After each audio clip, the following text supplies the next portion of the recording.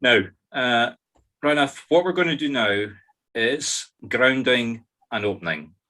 Now, this is really important. So if you don't come back and if you don't learn anything, this is the one thing you need to concentrate on for the next couple of minutes while I explain this. Basically, grounding is just basically getting comfortable, clearing your mind out of everything, of all distractions, getting in tune with where you're actually mentally opening the door to the other side. So once you're open, it's actually quite dangerous if you do this by yourself and you don't know what you're doing. So I will cover maybe in a bit more detail at the end how to close and why you shouldn't do it sort of randomly. And if you do find, you may find yourself opening it by random once you know how to do it. If you are open by accident, immediately close. And I'll give you the symptoms to watch out for being open. So if everybody wants to listen to my voice, and make sure that you're muted, because this is the only bit of the video that gets used. I edit these out and I put them into the spiritual medium group so that people can use them just to do guided meditations by themselves. So the camera will be on me because I'm the one speaking, and if anybody else makes a noise and your face appears in the middle of it, you are warned. Health warning over. Okay, so if everyone wants to make themselves comfortable, close your eyes, put your hands at the side, put your feet firmly on the ground, and listen to my voice. Now I want you to clear your mind. Just put a blank white sheet of paper, cloud in your mind. Saturate everything. Take a deep breath. Hold it to 3 and exhale. Now take another deep breath. This time, take a rake and just rake every distraction, every irritation, every pain, every nuance. Just get rid of it all. And take one final deep breath. And again, exhale. Get rid of that last distraction, that last irritation, and just clear it out. Now keep your eyes shut and listen to my voice. You're now grounded. We're now going to open. So I want you to picture in your head a grandfather clock. Look at the clock. Look at the hands of the clock. And look at how fast they're going around. Open the door of the grandfather clock. Put your hand out and grab the pendulum that's going ever so fast. And use all your strength to slow the pendulum until it stops. Now look back at the face of the clock. The hands have stopped moving. The numbers now begin to disappear, to go transparent. And the white face of the grandfather clock turns transparent, like a glass. As you look through the glass, you see the most beautiful cloud and blue sky and rays of sunlight coming through the clouds. You are now open. So when you're ready, open your eyes.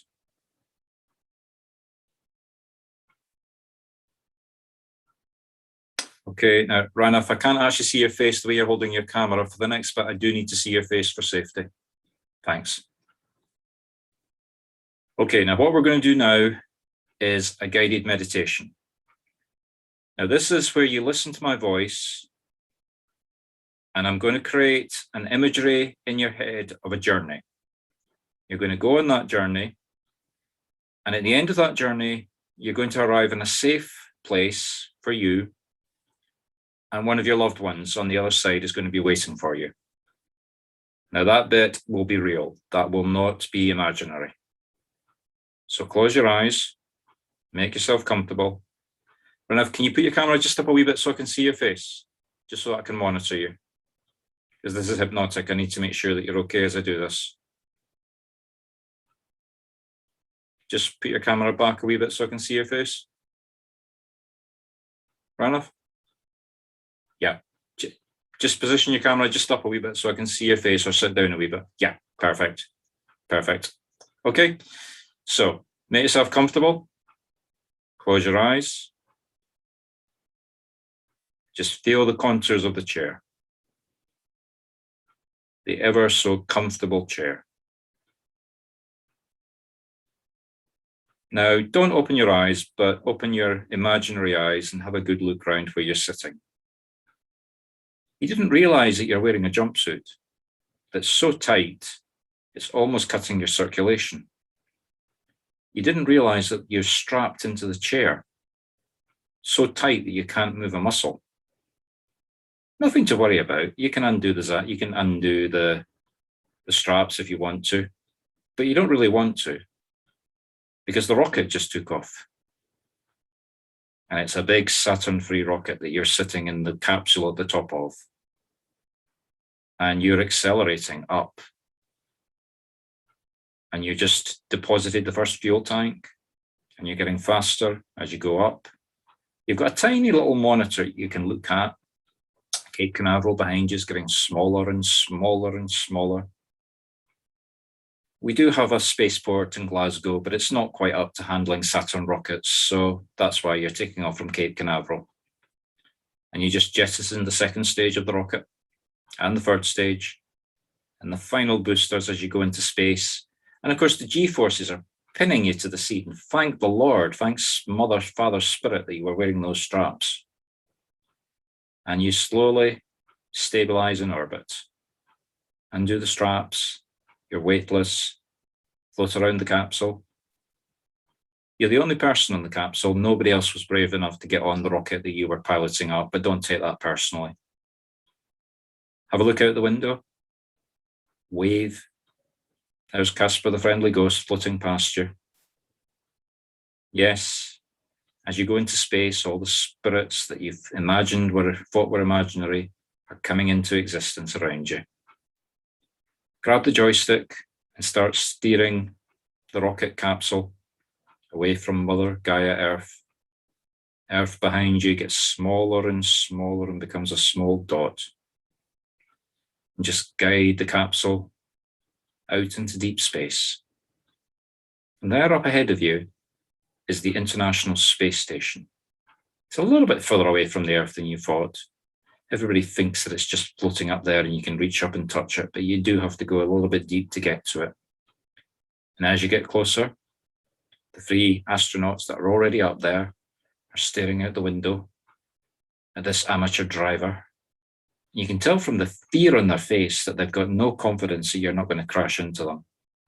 So hold that joystick, guide it in. You really don't want them to get any scareder. There's 2 Russians and a Frenchman. I have no objections to wiping out Russia and France, but that's just me personally, and it's my sense of humor. Don't take that seriously. So if you do crash the capsule, I'm not going to shout at you. It's probably the only thing I won't shout at you for tonight. But however, you're a perfect driver. And you click, airlock secured, open up the capsule, float into the International Space Station. And the 3 pilots that are there, the 3 astronauts that are there waiting for you, they've prepared a party. And it's an absolutely scrumptious meal they've got in small plastic bags that you have to suck. And they hand you, I don't know what it is, protein bar or protein suck, but it's delicious. You've come a long way and you need that food. And you dance, and a few of the ghosts from outside come floating in. These three astronauts, why do I call them space pilots? These 3 astronauts have been on the ISS for so long that they actually think they're delusional. They don't realize that these are real spirits. Let's just leave them with their delusions and not make them even scareder than they already are. You dance with the spirits, you float with them. All sorts of strange creatures are coming in. It's in space, so alien ghosts have come to join you. All sorts of shapes. And how can they all fit into this small space station in space? But they're managing it. And after about 10 minutes or an hour, or maybe even it's a day, you lose track of time. You're enjoying yourself so much with that food. One of the ghosts, a nice, pleasant chap, says, "Come over here to this airlock.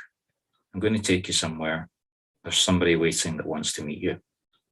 So you float over, you turn the levers, you open the airlock, you float in, and suddenly you've got gravity again. You're in a room from your own life. Might be childhood, might be a room from your current home, might be a friend's room. It might even be that living room from Dallas, that old TV series that we all remember. It's wherever you feel comfortable. And in that room, there's a chair, a settee, enough to seat 2 people, maybe more. One empty space for you, and in the other space, your loved one.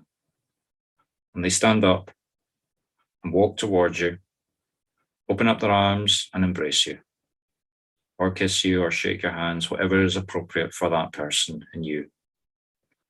They take you back to the settee and sit down. I'm going to leave you for the next 2 or 3 minutes. This is your time.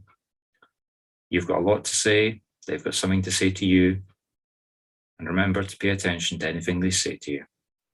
So I'll come back in about 2 minutes.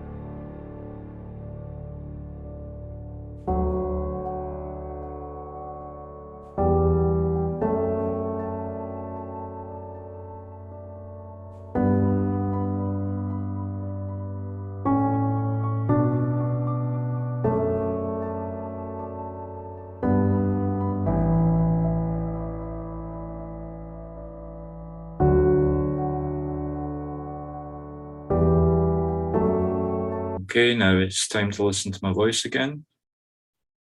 Your loved one knows that you're about to leave, so stand up together, embrace, say goodbye, walk back to the door. Don't look back because your loved one has left. Go back through the door, find yourself floating, weightless again. All the ghosties have left. It's just those three poor cosmonauts, astronaut. They thought you were coming up to take them home, but they've decided to play it safe. Having witnessed your ascent and your driving technique, they've decided to wait for the next American shuttle. Don't worry, don't take it personally. Get back into the capsule, slam the door shut, show them how annoyed you are. Depart, get the retro motors going, pull back, turn around, and start heading back towards the Earth. Let gravity grab the ship. Go into your descent, high speed, getting very hot. Make sure you're strapped into that seat, all the way down into the atmosphere. Remember those nice clouds you saw when you opened? Oh, you're burning them. Literally, you're going so fast through them, you're turning them into smoke and vapor. Finally, the parachute kicks out. You descend slowly into the sea. Unfortunately, you're at the wrong ocean. I did say you hadn't passed your driving test yet, didn't I? You were aiming for the Caribbean, I think, but you ended up in the North Sea. Never mind, it's closer to home for some of us. A passing fishing trawler pulls up, gets you in the net, pulls you over. Hi there, lassie, where were you going? He says. Anyway, you find yourself at Aberdeen, a nice Scottish city, and you get a taxi or a plane to the nearest airport. And from there, you go back home. And as you land at your airport, wherever that is in the world, a taxi waits for you, takes you straight home. Remember to tip the man or woman and go through your front door. And there's your body just waiting for you as you work your way through your home. Take possession of it, get comfortable. Your chair isn't going anywhere anymore. It's just you that's going places now. When you're ready, come back and open up your eyes.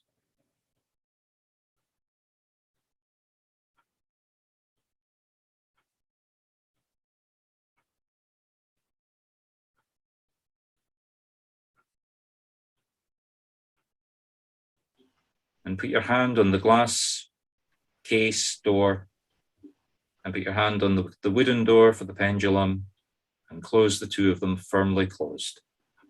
And as you close them, you yourself are now closed.